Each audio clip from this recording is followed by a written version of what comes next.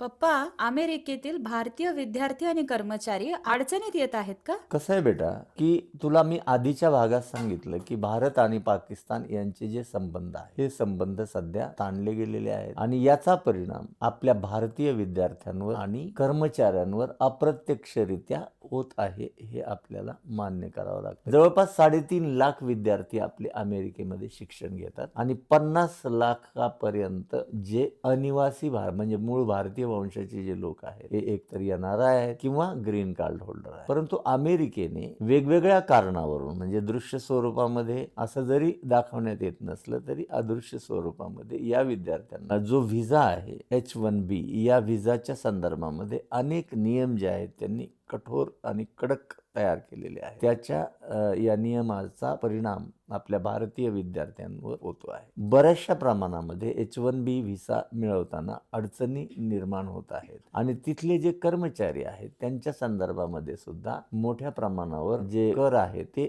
लावण्याचा प्रयत्न ट्रम्प सरकारने केलेला आहे. त्याच्यामुळे झालं काय बेटा, की जे आपले IT प्रोफेशनल्स आहेत, ही जर संख्या तू जर बघितलीस तर जगात सर्वाधिक आपले कर्मचारी जे स्किल्ड वर्कर ज्यांना आपण म्हणतो 71% लोक हे भारतीय आहेत आणि ते अमेरिकेमध्ये वेगवेगळ्या हुद्द्यावर आपल्याला कार्यरत असताना दिसतात. आता विषय असा आहे की भारत आणि अमेरिका यांच्या संदर्भामध्ये जे संबंध सध्या तणावपूर्ण झालेले आहेत त्याचं कारण मी तुला मागच्या व्हिडिओमध्ये सांगितलं, परंतु तरीही ट्रम्प समाधानी नाही आणि आपल्याकडून म्हणजे भारताकडून त्याला अनेक अशा अपेक्षा आहेत. भारताची अवस्था एका बाजूला आड आणि दुसऱ्या बाजूला विहीर अशी झालेली आहे, कारण एकीकडे जर आपण रशियाचं तेल बंद नाही केलं तर अमेरिका आपल्यावर अधिकाधिक निर्बंध लावण्याचा किंवा अधिकाधिक जाचक अटी आपल्याला लादण्याचा प्रयत्न करीत आहे आणि रशियाची जी तेल खरेदी आहे ही आपण 38% 25% आणली असली